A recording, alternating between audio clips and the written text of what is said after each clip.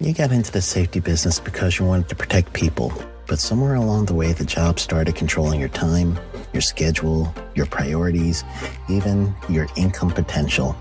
What if the expertise you've built over the years in the field can give you something more? More freedom, more control, more ownership of your future. I'm Sheldon Primus, the author of 7 Steps to Starting a Profitable Safety Consulting Business and the host of the Safety Consultant Podcast, with more than 350 episodes helping safety professionals become consultants and grow their career.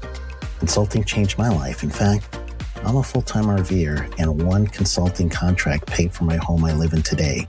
Now, I help safety professionals build their own consulting practice through bi-weekly coaching calls, accountability, and personal guidance. But this program isn't for everyone. Start with the Consultant Readiness Audit at sheldon.coach. What if everything we thought we knew about safety was just interference? From the host of the Rated R Safety Show and the founder of Safety FM comes the complete Signal Transmission Trilogy, now available in one powerful edition. Safety, in my opinion, the book that started the conversation. Safety Mutation, where the boundaries of culture, systems, and belief begin to break. And now, Safety Transmission, the final piece of the signal. For the first time, all 3 books are together in one volume. The Signal Transmission Trilogy, Complete Edition. This isn't just about compliance. It's about consciousness.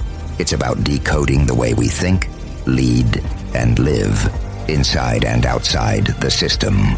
Whether you've been following the signal since the beginning or you're just now tuning in, this is the version to own. Search Signal Trilogy on Amazon or visit safetyfm.com to get your copy now.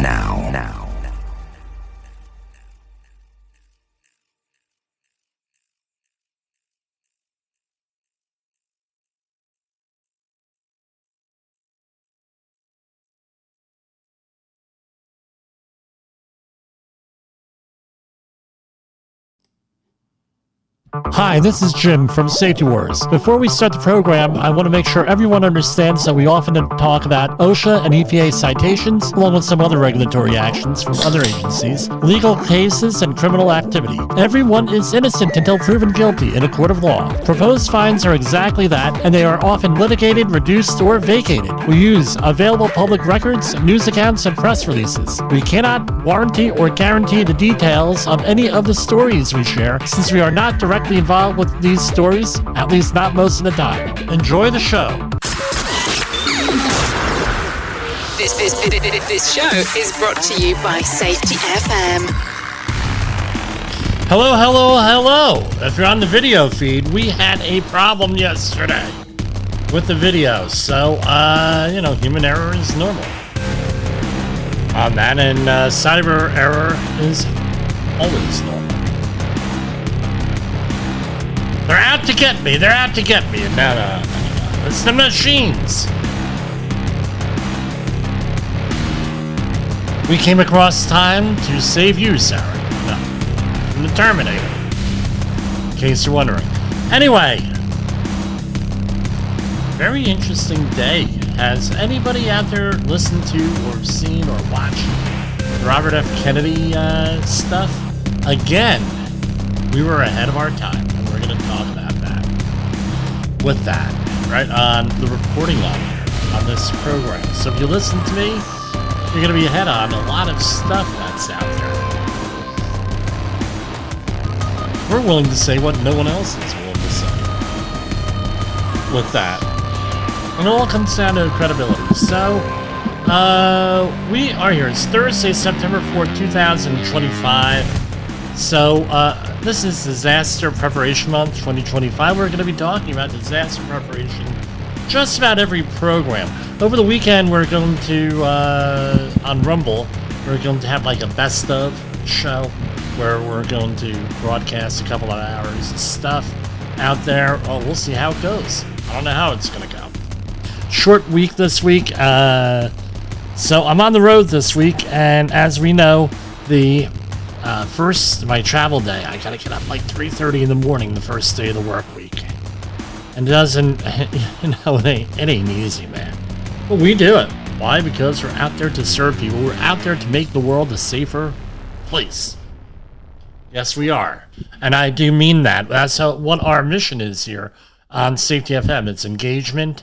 It's training. It's empowerment.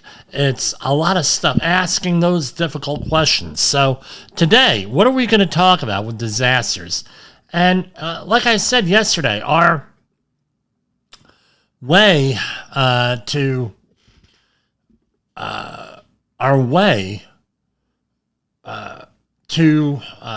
safety, right? And what is safety? Let's define some terms.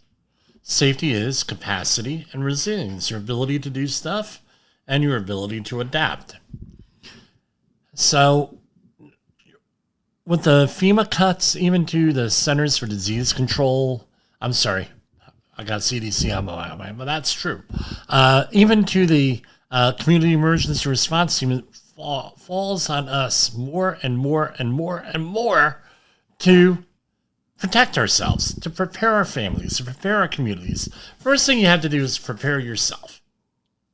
Prepare yourself. Then you prepare your family. Then you prepare your neighborhood as you're able. Then community. And you get all the communities preparing together. Now you have a national framework. And you could be that leader out there in your community.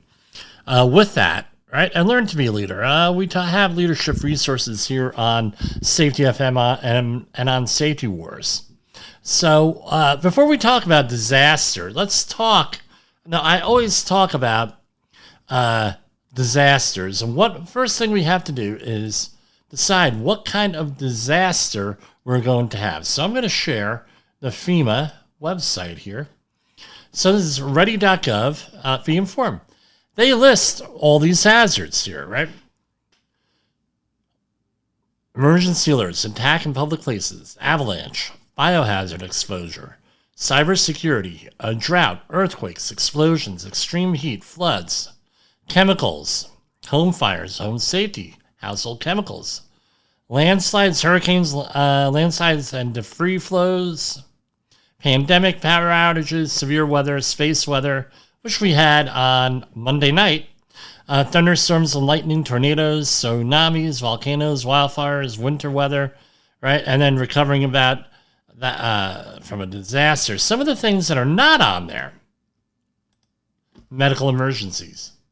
So I used to, and maybe I need to do that again, define the different kinds of disasters you're going to be faced with. There's usually, 3 or 4.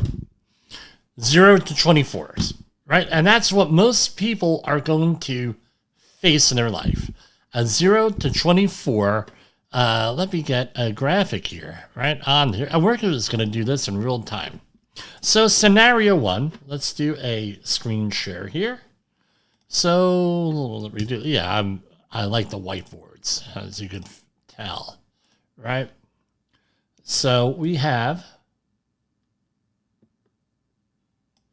scenario 1, and we're dealing with 0 to 24 hours. What is that? We're talking about something real simple here. Maybe we're talking about short-term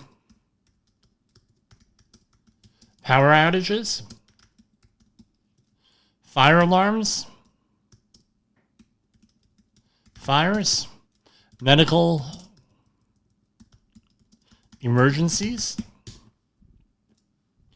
right? Things like that, short term. Then we have scenario 2. And if you are wondering at home, yes, I am typing this in real time in here. Right? So we're going to do scenario 2. What is that? You're looking at 24 to 72 hours. What are we talking about? We're talking about, right,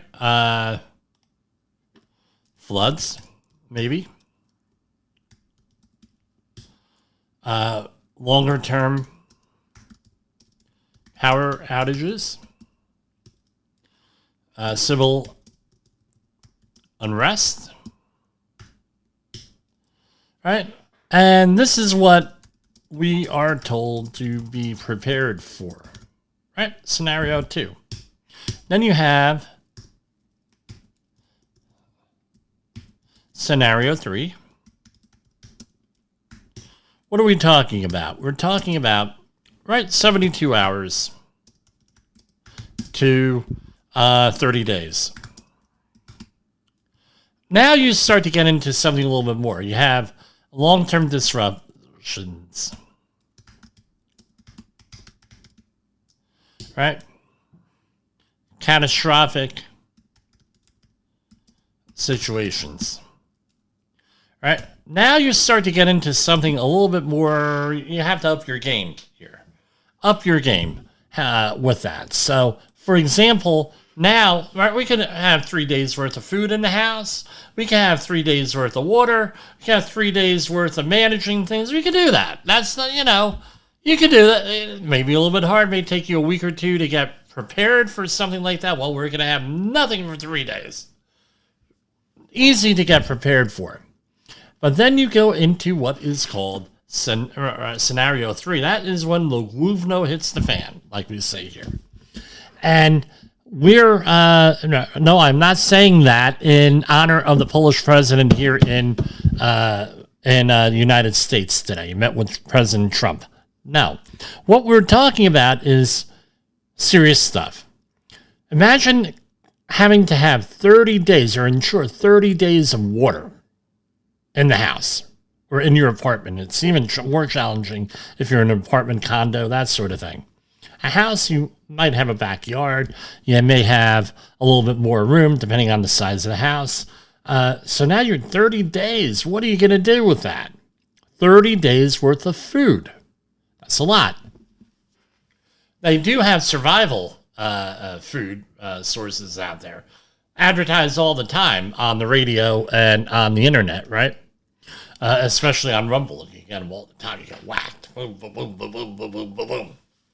But what ends up happening is these longer-term catastrophic situations, it's a lot of food. And that's, just imagine, 2 gallons of water per person. Let's say you are a family of 2. That is 4 gallons a day times 30 days, 120 gallons of water. That is 2.5 drums just for cooking and eating and drinking, that sort of thing. That's a lot of water. We're not including bathing. We're not including decontamination if you need it, if you have something, a real serious situation. A lot of stuff going on there for, scenario 3. And then you have scenario 4.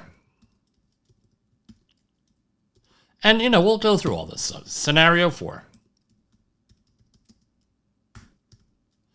Right? 30 days plus, and you're dealing with, right, primitive living or off the grid. That's what you're dealing with here. So that's what you look at, the 4 different scenarios here.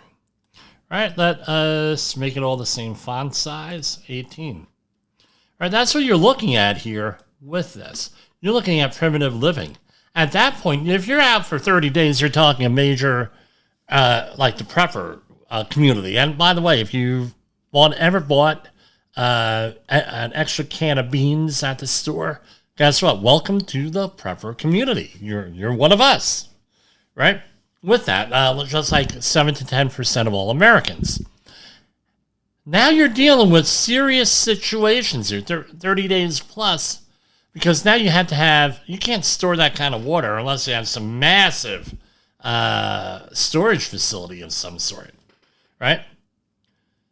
With that, so now you're getting into water purification, you're getting into managing your water, collecting rainwater, which is, by the way, illegal in some states.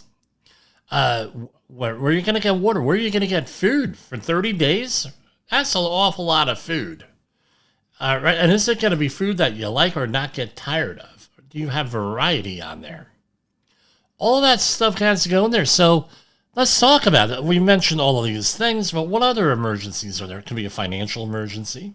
It could be a death in the family. That could be an emergency. That could be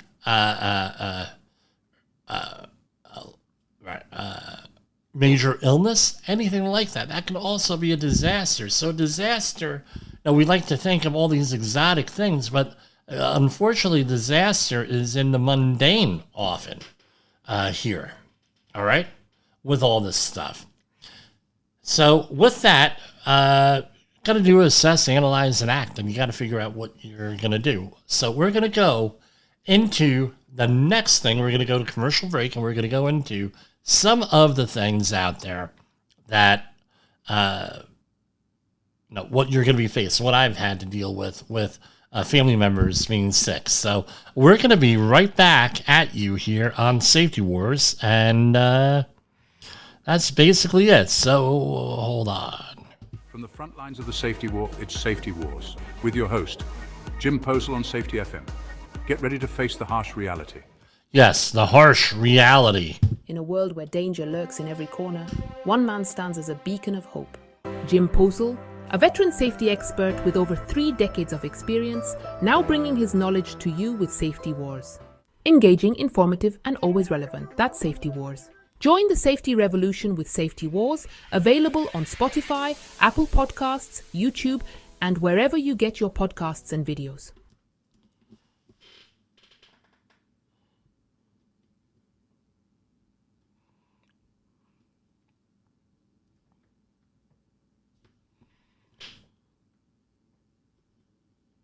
Is your safety training old, stale, and hackneyed? Is your safety trainer still preaching a warped version of behavior-based safety? How about safety training that actually addresses your hazards in your workplaces and is not standardized baloney from 25 years ago? Contact the Safety Wars team at safetywars.com or call Jim Posel at 845-269-5772. Remember, if you're receiving this message, you are the solution to unsafe workplaces. OSHA recordables, catastrophic losses, environmental disasters. You want answers? So do I. This is Jim Posel with Safety Wars. That's my daddy! Yes, here we are. We are back. So what are we going to talk about next? We talked about that, the different types of disasters out there. Now we're moving into the main thing, medical stuff. So let's say you have to manage a medical situation with people. We're not talking first aid CPR. This is beyond first aid CPR. You're calling 911. You're taking a loved one to a hospital. You're taking a loved one to a regular doctor's appointment. You have to call an ambulance. Anything like that. There's going to be a lot of questions that you have to answer. And I get the reason why we ask some of they go through the questions. One, to ascertain what's going on with the patient. We get that. Right? There's no conspiracy there. But the other thing is that they try to get you distracted from the situation. Say they're doing something to your loved one that, like CPR, AED, the other stuff, things going on there and everything else. They want to distract you, so they will try to interview you and everything else. So they want to get the information, but on the other hand, it's part of the thing to keep you occupied. So maybe you don't interfere with that. So what we developed, we meaning my family, right? So my mom and my dad had extended illnesses. Let me clear out some of this stuff in the background here. My mom and dad had extended illnesses. We're all aware here. They passed away recently. And we also had other family members pass away. So I went through this multiple times, multiple family members, on how all of these questions get asked, right here. And my mother-in-law also, right on my front porch, Nancy. Now, we developed a checklist here, or a list here, and I've presented this multiple times in front for multiple groups here, and they said this is out of all your disaster preparation stuff, this is probably the most practical. So this is a chart that we developed here, and let me turn down the music here. Right, we have. When I rework this program, it's going to be a wonderful thing. I tell you what. So, what do you need to have? What are they going to ask you? It's 1, the name of the patient. Number 2, what's the patient's address? Number 3, what are the major medical problems? If you're on the video here, you get to see this. And emergency contacts. In case of emergency, who do you call? Right? Right? Maybe you want to put your health advocate on here. Right? Next of kin. Anything like that. Right? This so you're organized. You have it all together with everything. Then you go into the, right? What kind of medicines are you on? Right? Now,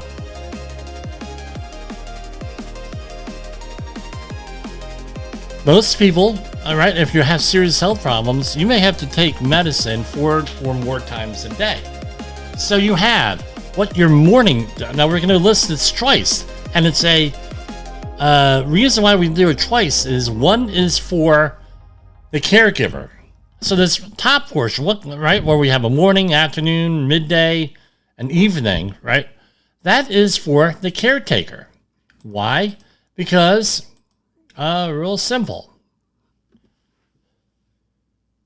You're going to have to be administering medication, or maybe you're going to be working with your doctor to manage the medicine with a doctor.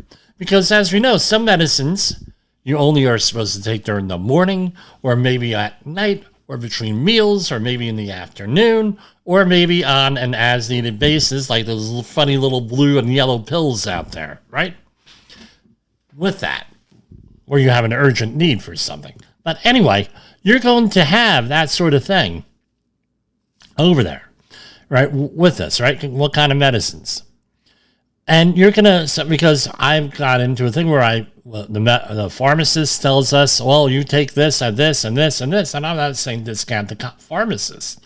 What I'm saying is, the pharmacist may say one thing, and the doctor may say something else. You would hope that they would, and you would think they would be aligned. That ain't the way it is, folks. So what we do is this. We list what the morning medicine is, what the dose is, which doctor prescribed that. Right? That's what you do. So which doctor prescribed it? And what I would recommend, and it is a pet peeve of mine with this, is you use the correct names for things.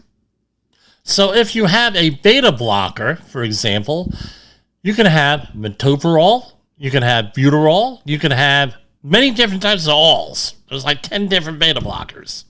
So don't put down beta blocker. Maybe you want to put down metoprolol, beta blocker. That's a good one, right? Then the dose. What kind of dose are you looking at? And then the doctor that prescribed it. So when you're filling out, so when you are like us, where you have those trays, those little trays with the Monday, Tuesday, Wednesday, Thursday, right? Or pill boxes, sometimes they're called, and it depends on what part of the country you're from and what your, inclination is to call them. We'll be polite. And, right, so you're able to fill that out. Then you say, well, Jim, I already have that listed. Why am I listing this again? So then you go and you figure out what the medicine is, what the dose is, how many times per day are you taking it, what it is for, and what the start date is. Any guess on why you would do that? Maybe, do I have a timer on here so you could put that in here? No, I don't have one here. Well, something close. Why would you want to have that second part there where you want to list them again? Okay, real simple reason why. When the ambulance comes, or when you go to a doctor's office, or you want to go to an emergency room or an urgent care, that is the order of that goes into the computer. That's what I've been told. Maybe they changed the computer program, but when they're checking you in, and a nurse or an EMT or a receptionist or whoever is there, they're going off, well, medicine, dose, how many times per day, what is it for, and what's the start date? Now you would think, well, this is the medicine, right? Well, what is it for? Medicines could be, used for different things off-label. So, for example, let's say that you're going to be with sildenafil. We know what sildenafil is for. It's Viagra. Well, Viagra has the obvious urgent need.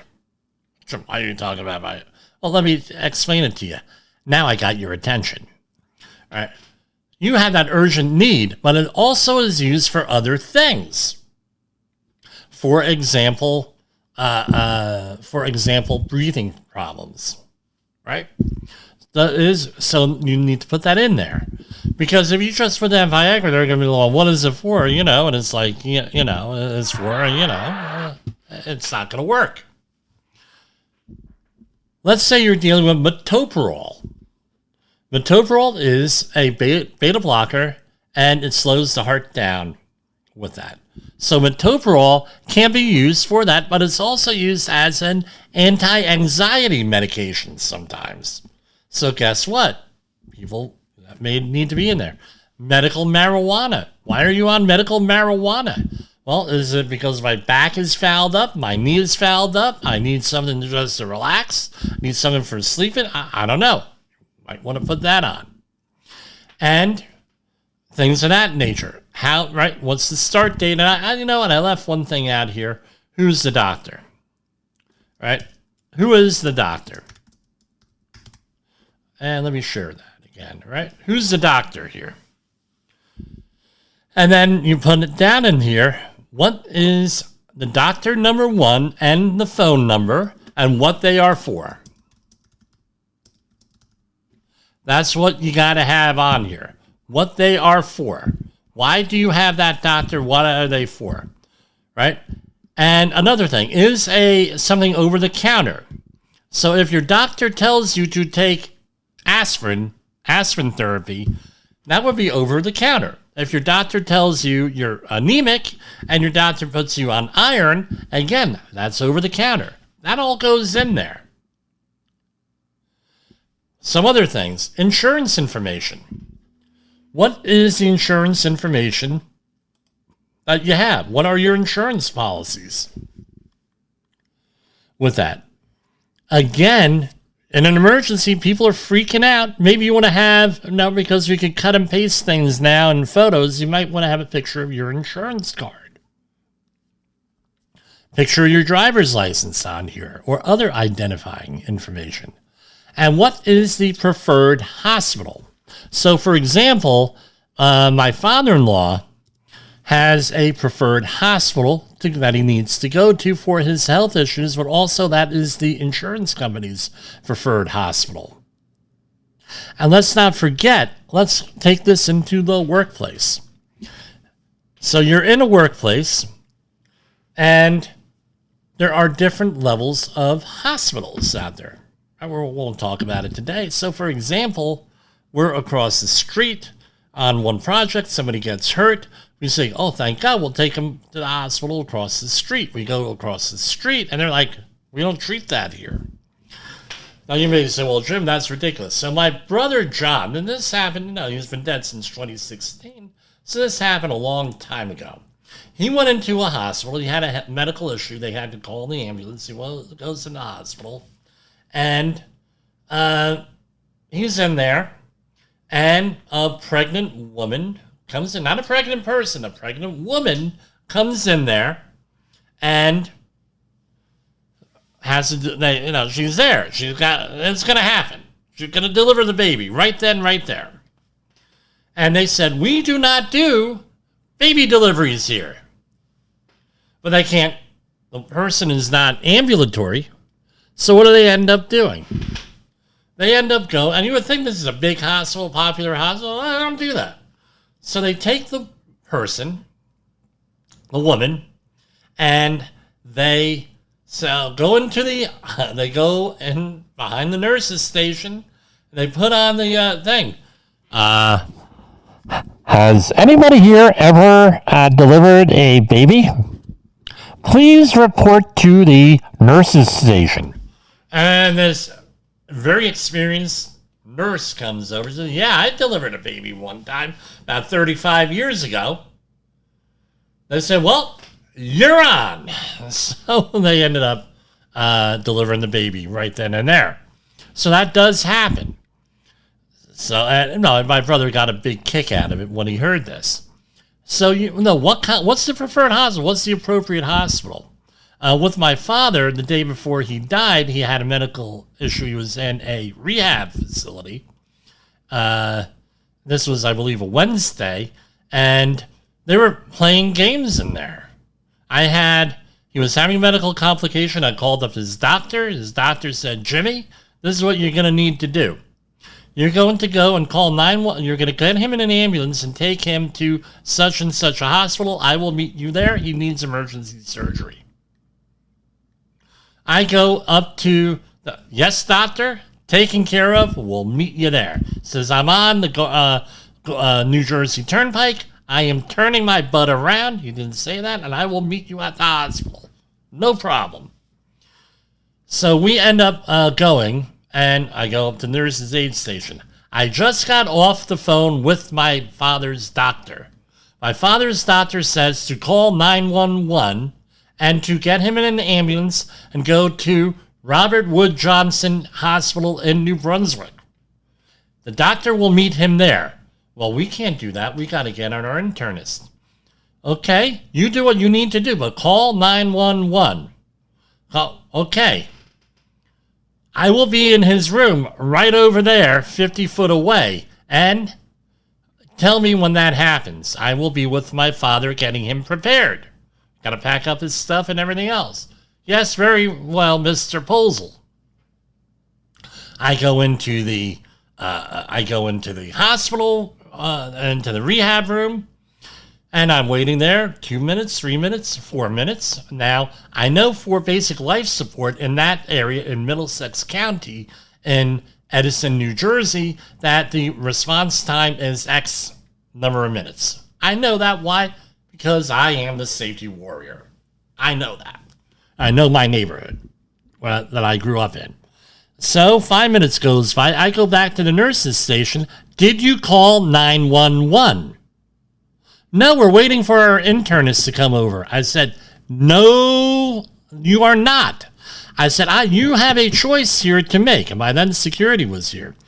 And I said, it's very simple, very nicely. You have a choice to make.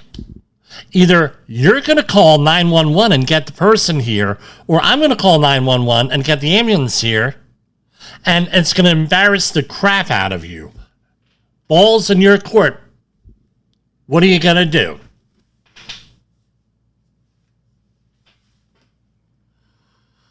So what do you think she did? She picked up the phone, called 911. Ambulance is on the way. By that time, the internist comes in there. The guy on duty, God bless him, nice guy.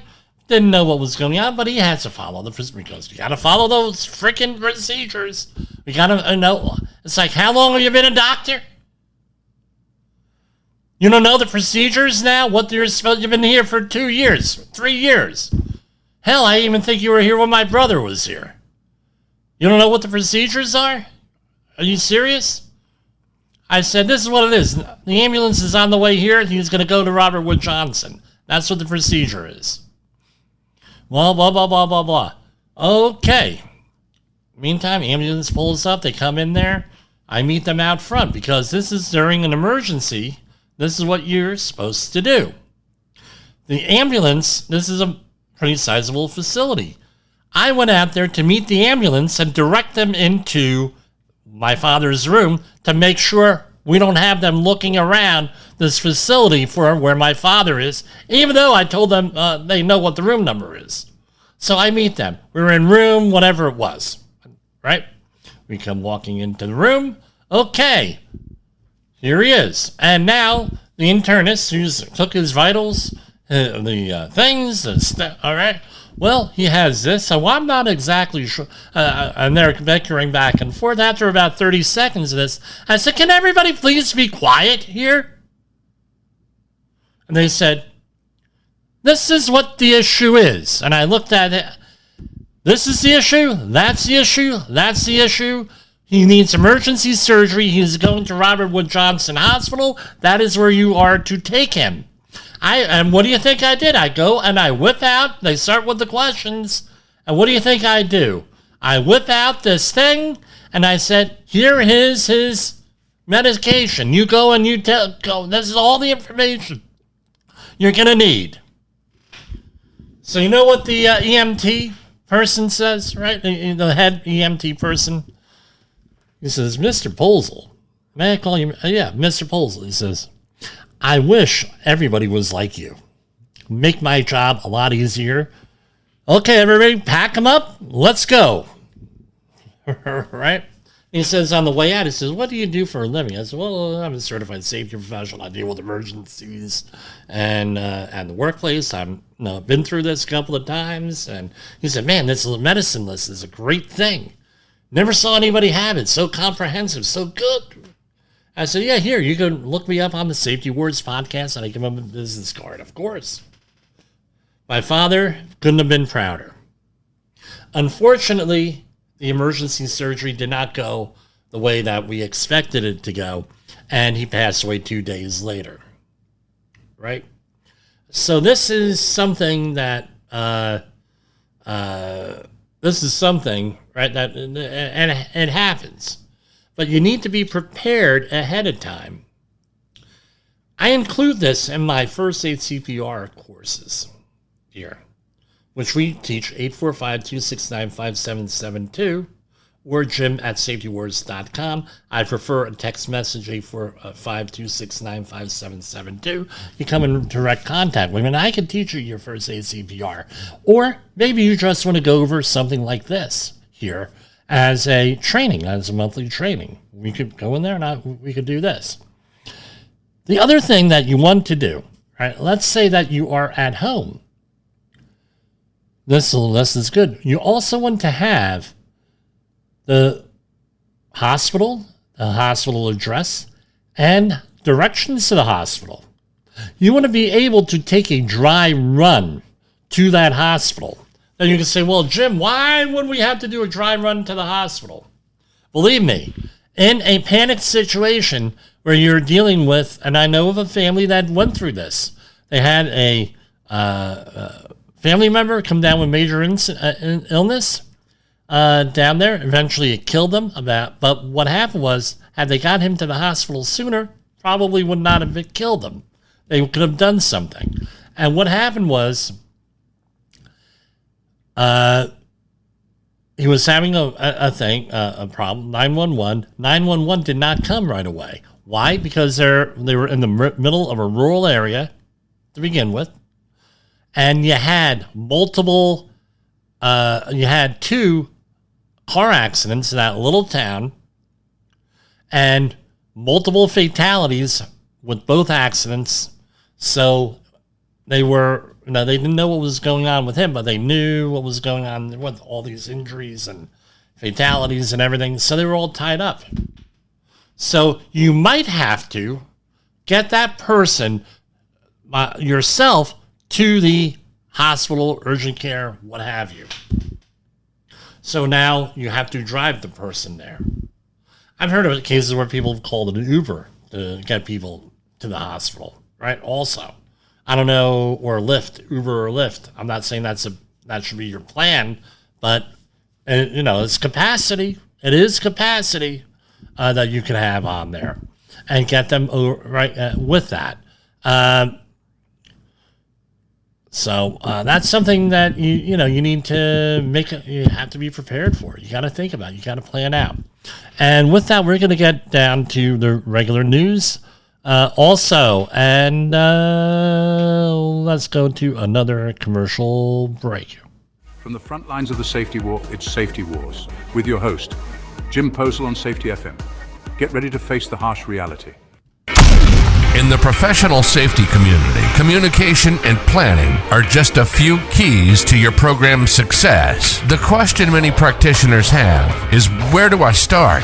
Dr. Jay Allen, the creator of the Safety FM platform and host of the Rated R Safety Show, has built a global foundation to help you along the way. Go to safetyfm.com and listen to some of the industry's best and most involved professionals, including Blaine Hoffman with the Safety Pro, Sam Goodman with the Hop Nerd, Sheldon Primus with the Safety Consultant, Jim Posel with Safety Wars, Emily Elrod with Unapologetically Bold, and many others.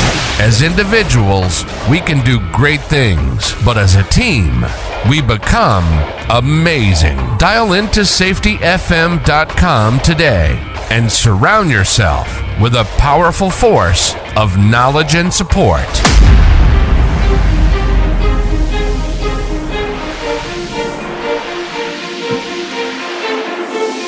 The safety war has begun. The risks are out there, lurking in every corner of the workplace, threatening our most valuable asset, our people. But we have a plan. Led by Jim Posel, we are the last line of defense in this battle against danger and negligence. We will fight for safety, for compliance, for the right of every worker to return home unscathed. Join us on this journey through the unknown, where vigilance is our weapon and knowledge is our shield. This is Safety Wars, our fight, our duty, our mission. Heard regularly on your favorite podcast platform as Safety Wars, visit us at safetywars.com. Okay, so very exciting today up on Capitol Hill. Right, I gotta watch on the time here. Right, so we got by my count about 20 minutes in. We're gonna be slightly late, and I apologize for getting to our live show on Safety FM. So here we have, and by the way, we were ahead on some of this stuff here as usual. Right, 5 takeaways for intense RFK Jr. hearing. This is from CNN. U.S. Health and Human Services Secretary Robert F. Kennedy Jr. testified Thursday in perhaps the most combative congressional hearing of 2025. I guess, unfortunately, honesty, right, getting things out in the open out there, right, is combative sometimes. In an era of universal deceit, the truth is a revolutionary act, George Orwell. At USCN, people don't like to hear the truth sometimes on either side. So Robert F. Kennedy appeared in front of the Senate Finance Committee amid growing storm of his engulfing his department, including the recent firing of the CDC director who had been confirmed less than a month earlier, a series of moves that could limit vaccine access, and the canceling of $500 million of research into mRNA vaccines. It's all... right? It's all led, even some Republicans raise alarms about what's happening at HHS. So, 5 takeaways is from CNN. Senators tried to pick Kennedy against Trump. Republican politicians often speak to the audience of one, subtly gearing their comments toward Trump. On Thursday, it was both Republican and Democrats employing this tactic. A series of senators tried to pit Kennedy against the president, suggesting Kennedy was undermining Trump and the success of Operation Warp Speed, the COVID-19 vaccine program that Trump launched late in his first term. It was as if they were trying to get Trump to intervene. It started with GOP Senator Bill Cassidy, an MD who was crucial to Kennedy winning confirmation earlier this year, but has grown alarmed by his moves with vaccinations. Right, with that. That's number 1. Right,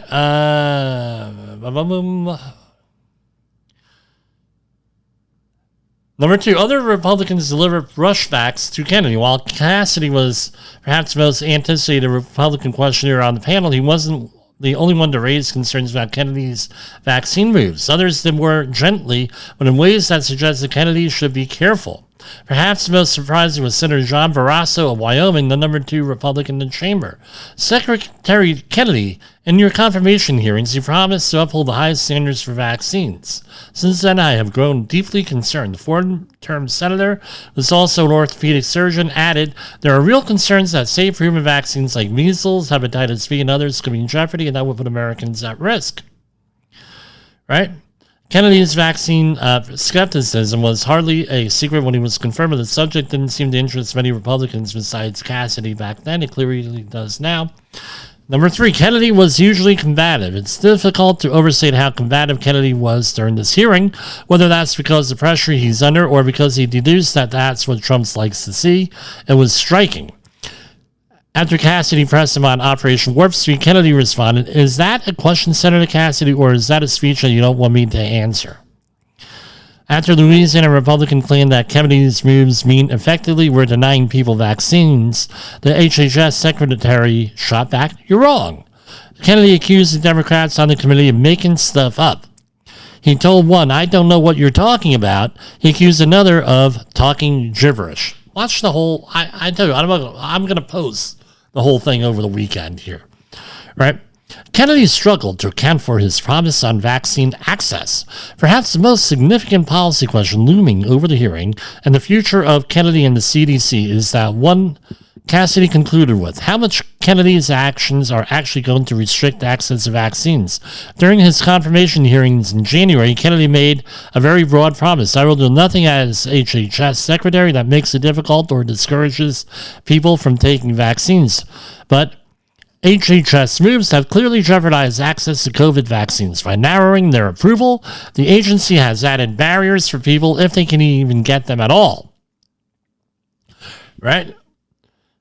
And then there was other testimony. Now, number 5, what to watch next. Kennedy was asked to respond to the recently ousted CDC director, Dr. Susan Maneras' claim about him in a Wall Street Journal op-ed Thursday.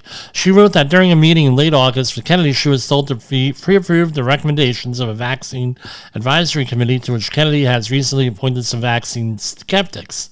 Kennedy not only flatly denied it, but accused Maneras of lying. I did not say that to her, Kennedy said repeatedly. Often in such circumstances, witnesses will talk around the issue and suggest that maybe there was a misunderstanding, but Kennedy did not do that. Maneras' attorneys responded Thursday by saying Maneras stands by her account and would repeat it all under oath. It will be interesting to see if another committee, such as Cassidy's Senate Health Committee, probes further. Not only could Maneras be called to testify, but so could another top HHS official, Jim O'Neill, who was in the meeting Maneras wrote about and has since replaced her as acting director. So those are the highlights, according to CNN. Obviously, Fox News has a different take on this, right? Here you go. Oh, you gotta love this. Vance curses out senators after heated Kennedy hearing, full of... Let's begin with our senior congressional correspondent, Chad Pergram. He has more on what we just heard. Hold on. Sorry. Hey there, guys. I hate it when you open up a web page and there's a...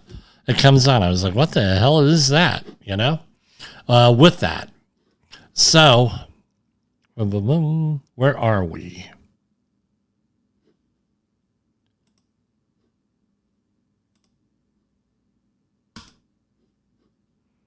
All right. Boom. Yeah, I got thrown off. Vice President Vance curses out senators after heated Kennedy hearing, full of gluvno, and everyone knows it.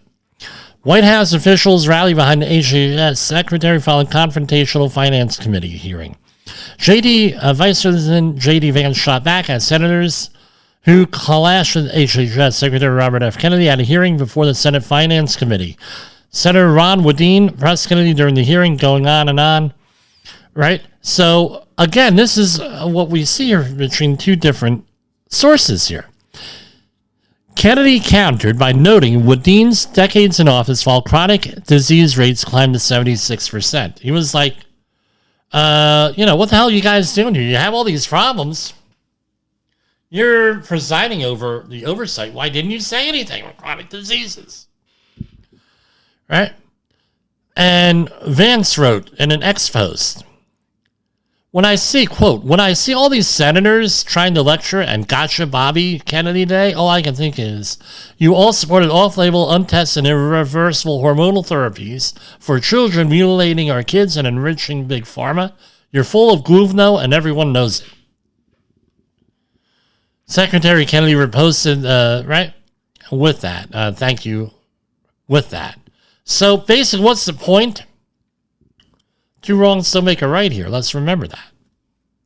Because someone else does something wrong doesn't mean that what their points are invalid when they talk to you.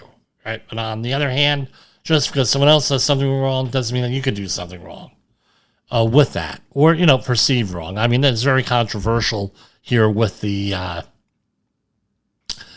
hormonal HRT.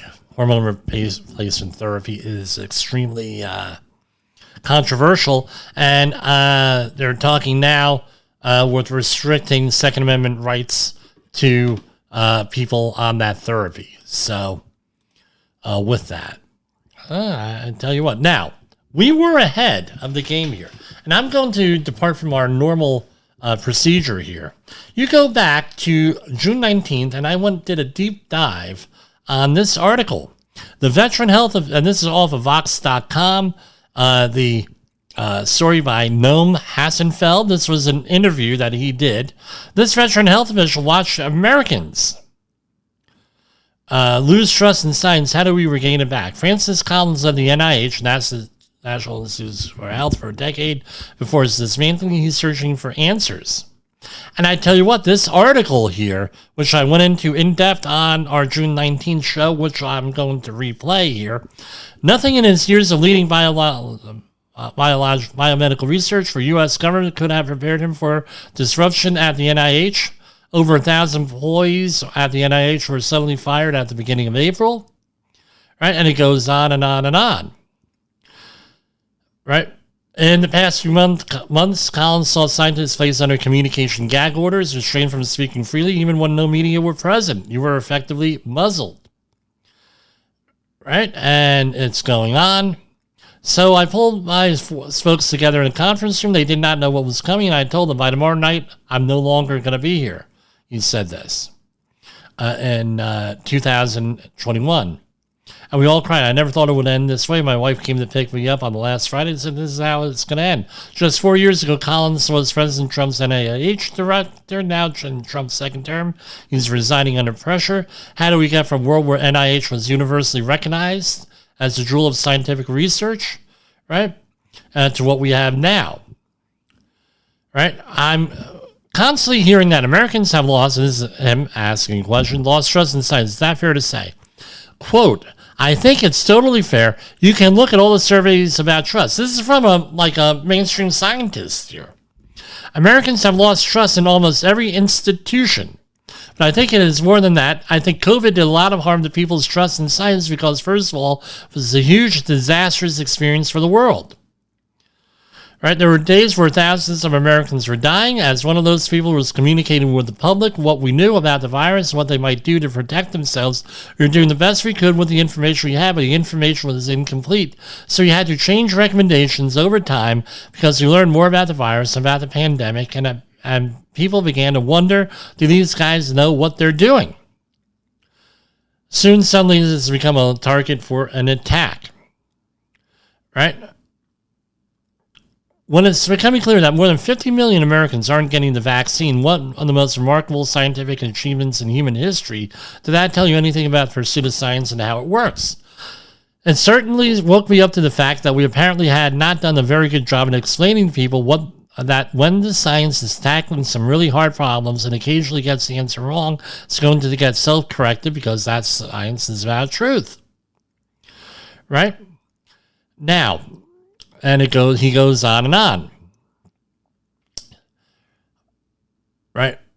So, this is probably the most important part of this interview because it's directly applicable to us, the health and safety field here.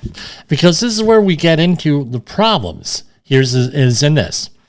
It seems like you believe that all you had to do was develop the vaccine to get things going that worked, and then people would take it. Then there's the whole other piece of convincing people that you and the scientific community at large didn't do. Yep, I was naive about the science communication and how it works.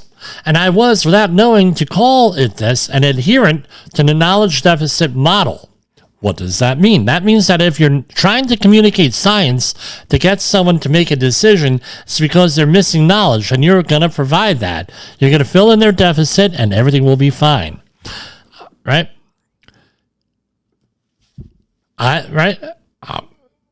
You just tell them, here's the fact, and now they believe in the fact? Yes, I am an expert. Here's the fact, and they'll make the right decision. But no, it doesn't work that way, especially when there's already skepticism and distrust. You're seen as an elitist who maybe has an axe to grind or something you're trying to put over on them, and you may even do more harm than good by going after someone's misunderstandings head on. They're just going to dig in their heels more thoroughly. I tell you what, this dude, right, has some very good points here, right? Francis Collins, very, very good points here. That's why it's important to read, and to read varied things that you may not normally read here. And this is from Vox.com, right? I guess what I've learned is we need to learn to do a lot more listening, right? Listen and really understand where people are coming from. So that means you have to have a dialogue and also be prepared to tell stories instead of going down the road with statistics, for that's what's challenging.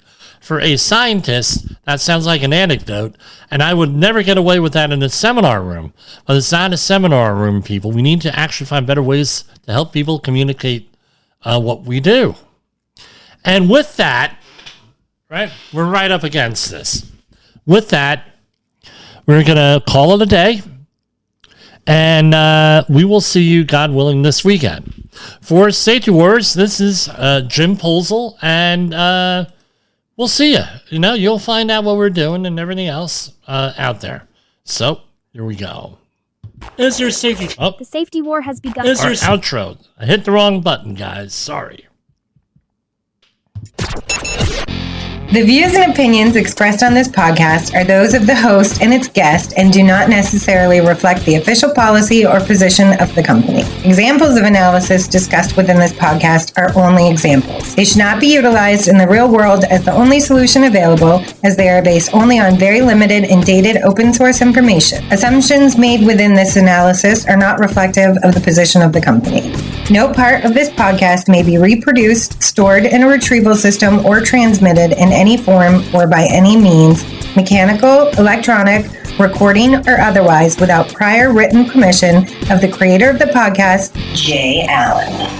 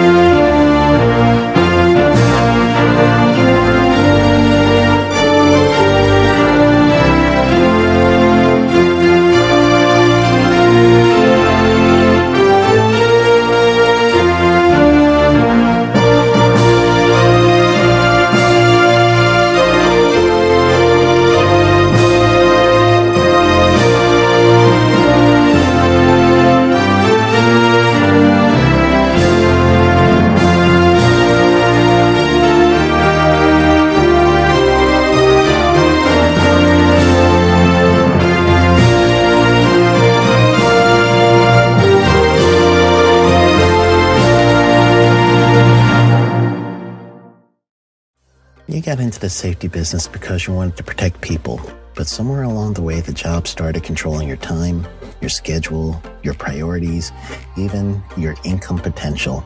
What if the expertise you've built over the years in the field can give you something more? More freedom, more control, more ownership of your future. I'm Sheldon Primus, the author of 7 Steps to Starting a Profitable Safety Consulting Business and the host of the Safety Consultant Podcast, with more than 350 episodes helping safety professionals become consultants and grow their career. Consulting changed my life. In fact, I'm a full-time RVer, and one consulting contract paid for my home I live in today. Now, I help safety professionals build their own consulting practice through bi-weekly coaching calls, accountability, and personal guidance. But this program isn't for everyone. Start with the Consultant Readiness Audit at sheldon.coach. What if everything we thought we knew about safety was just interference? From the host of the Rated R Safety Show and the founder of Safety FM comes the complete Signal Transmission Trilogy, now available in one powerful edition. Safety, in my opinion, the book that started the conversation. Safety Mutation, where the boundaries of culture, systems, and belief begin to break. And now, Safety Transmission, the final piece of the signal. For the first time, all three books are together in one volume. The Signal Transmission Trilogy, Complete Edition. This isn't just about compliance. It's about consciousness. It's about decoding the way we think, lead, and live, inside and outside the system. Whether you've been following the signal since the beginning or you're just now tuning in, this is the version to own. Search Signal Trilogy on Amazon or visit safetyfm.com to get your copy now.